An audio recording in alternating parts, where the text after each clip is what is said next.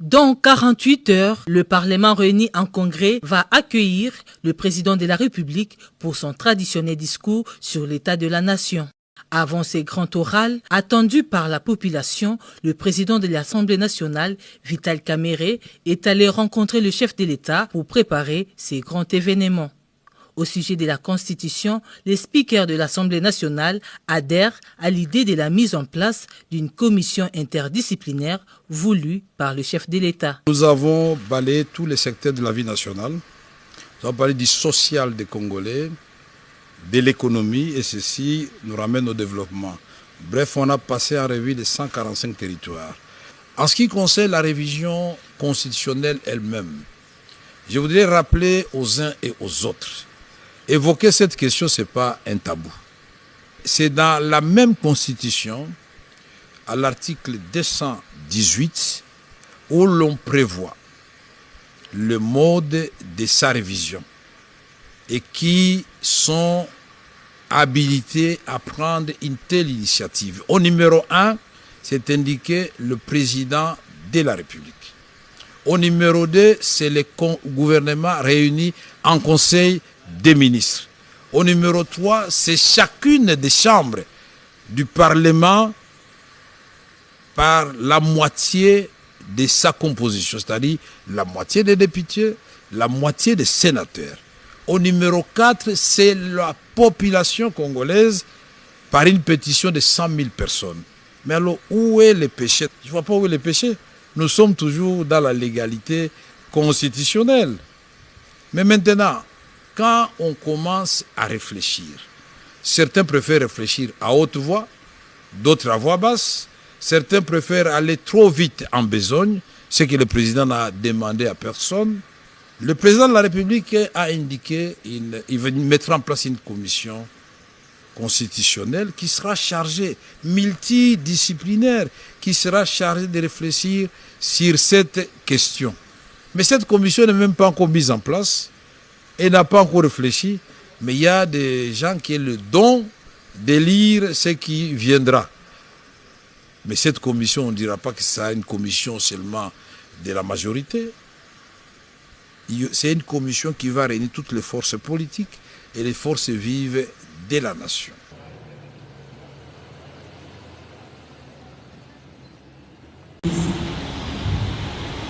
Alors, qu'est-ce que nous avons fait depuis 2022, l'année où on a commencé aux souffrances?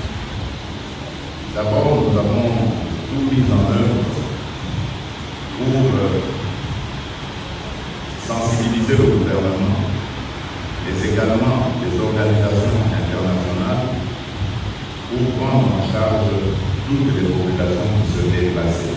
Vous-même, vous le savez même mieux que moi, comme les populations se déplacent en masse sans prévenir, ce qui est tout à fait normal,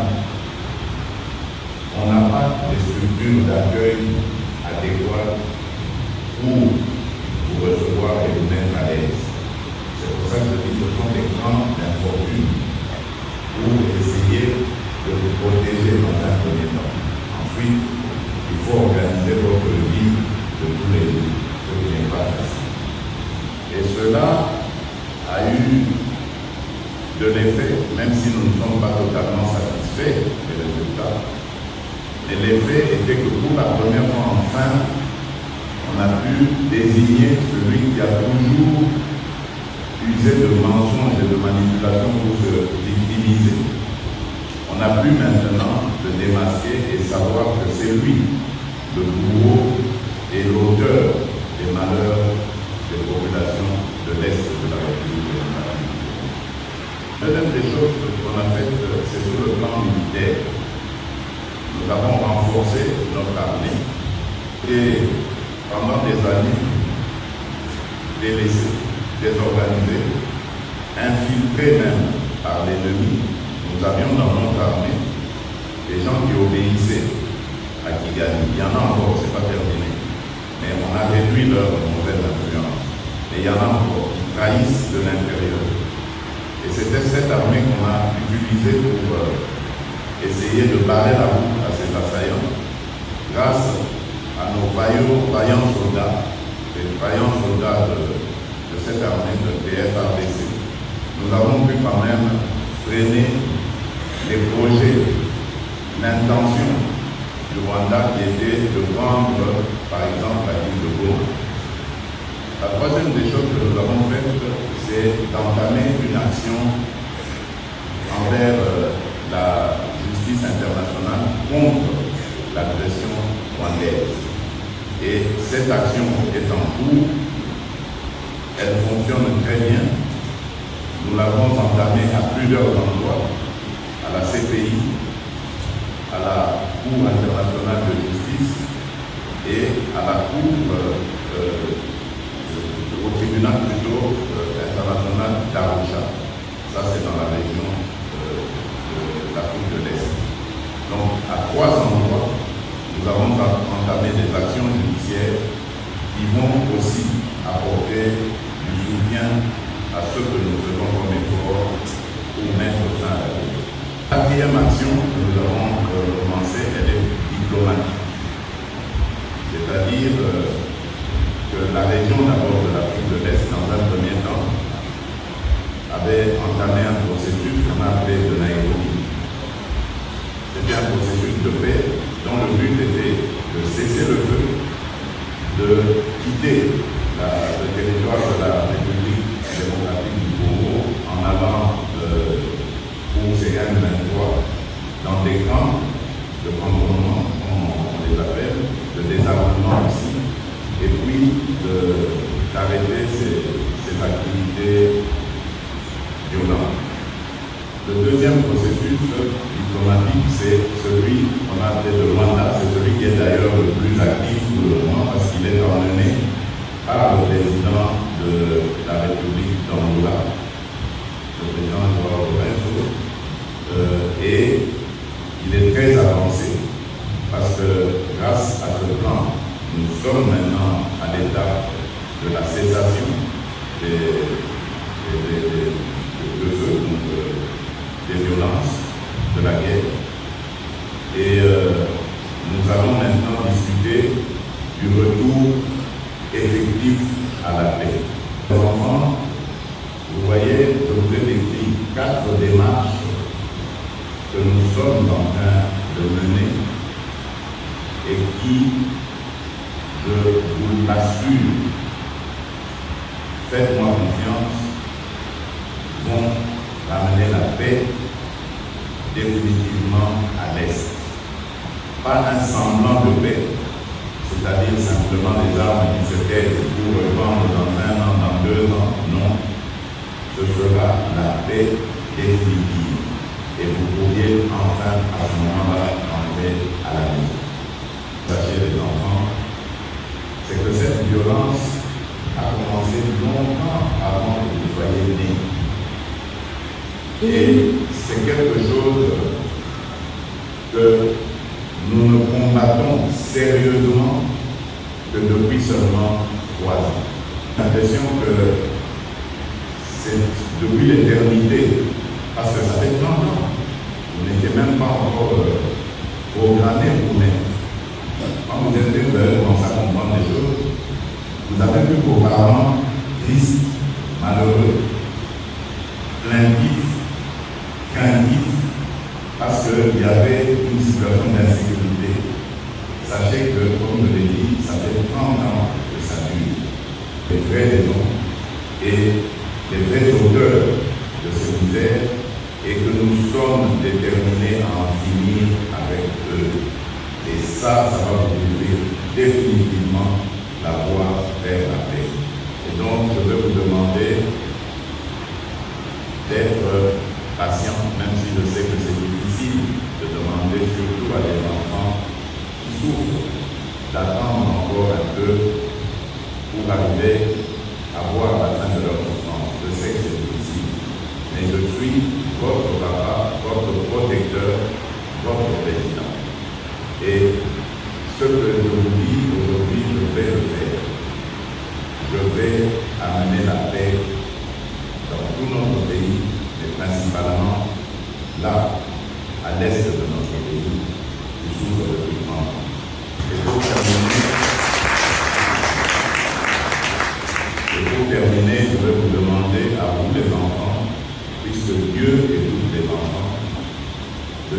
toujours prier pour que Dieu nous donne la force, la vie, et à moi, évidemment, à mon gouvernement, à tous ceux qui travaillent, à nos militaires, ceux qui travaillent à la paix, que Dieu nous donne la vie, la force, la santé pour pouvoir réaliser nos objectifs et pouvoir les atteindre. Nos objectifs qui sont évidemment de vous ramener chez vous et de vous garantir la paix pour tout le restant de votre vie. Nous ne vous oublierons jamais. Dites à vos parents qui sont restés quand vous allez rentrer que vous avez vu le président et que le président vous promet que tout va revenir en ordre très bientôt. Je vous en fais la promesse et le serment. Merci beaucoup. Et je vais terminer par vous dire, nous avons pensé à vous pour Noël. Noël qui va se passer toujours dans la difficulté pour vous. Et nous espérons que les petits cadeaux que nous allons vous donner vont amener quand même un petit sourire dans la famille, dans les camps dans lesquels vous vivez. Merci encore, chers enfants. Je vous aime très fort. La première dame vous aime très fort. Vous ne quitterez jamais nos pensées. Et que Dieu vous bénisse. Merci beaucoup. Ici à Bukavu et à Walungu, et je ne pouvais pas ne pas échanger avec la population sur cette question qui fait couler beaucoup d'encre et de salive autour de la proposition faite par l'autorité suprême, le président de la République, son Excellence Félix-Antoine Tshisekedi Tshilombo, sur un éventuel changement ou modification de la Constitution. J'ai décidé d'échanger avec la population parce qu'il y a beaucoup de manipulations et il y a beaucoup d'intoxication. Il était donc pour moi de préciser l'intention telle qu'exprimée par le chef de l'État, qui a constaté avec raison qu'il y a des écueils, il y a des failles dans la Constitution qui ne reflètent plus la réalité de notre pays aujourd'hui. C'est une Constitution vieille d'à peu près 20 ans. Le monde est en train d'évoluer rapidement. Une Constitution qui a été rédigée en partie par des Congolais, mais sous l'encadrement des étrangers, les Français, les Belges, les Sénégalais. Et pour lui, puisqu'il s'agit de la loi suprême, il est important qu'elle soit rédigée par les Congolais qui en ont toutes les capacités intellectuelles et techniques. Il est aussi question de rassurer la population. Qu'à ce stade, tout ce que le président de la République propose, c'est de mettre en place une commission qui va analyser notre Constitution et faire des propositions à la République. Et qu'on finisse, seul le peuple, le choix reviendra au peuple souverain qui décidera de la suite. Voilà, l'essentiel de ce que j'ai eu à échanger avec mes frères et sœurs qui étaient ici aujourd'hui, c'est pour éviter qu'ils tombent sous la coupe des manipulateurs qui cherchent à incendier le pays. Il y en a qui disent que le pays va s'embraser. Moi, je pense que le pays ne peut pas s'embraser. Au Congo, nous avons appris à dialoguer. Nous avons traversé des périodes plus difficiles que ça et nous les avons résolues à travers les dialogues. Ce que le chef de l'État propose, c'est cette forme de contrat social autour de l'élaboration de cette constitution, qui est la loi suprême, pour régler des questions parmi lesquelles des difficultés qui font que l'arrangement institutionnel tel que prôné par cette constitution peut constituer un frein au développement. J'ai parlé par exemple de la question de la représentation des femmes, qui sont aujourd'hui plus nombreux que nous les hommes, mais qui ont de la peine à figurer, à participer à la gestion du pays. Il y a des pays qui ont un système de quotas, c'est une option. Pourquoi ne pas dire 30% des femmes garanties au Parlement, ce qui élèverait le nombre à 150. De la même façon pour la jeunesse, qui participe à peine à la gestion de la cité. Donc ce sont des innovations qui ne peuvent qu'enrichir la Constitution, et c'est ça l'esprit qui anime le chef de l'État. Une Constitution au service du développement, une Constitution qui va redresser les déséquilibres qui sont encadrés par ou favorisés par cette constitution qui, comme vous le savez, était élaborée dans un contexte particulier, post-conflit, où il y avait des intérêts politiques qui se retrouvent dans les textes suprêmes, dans cette loi suprême aujourd'hui. Voilà. On peut dire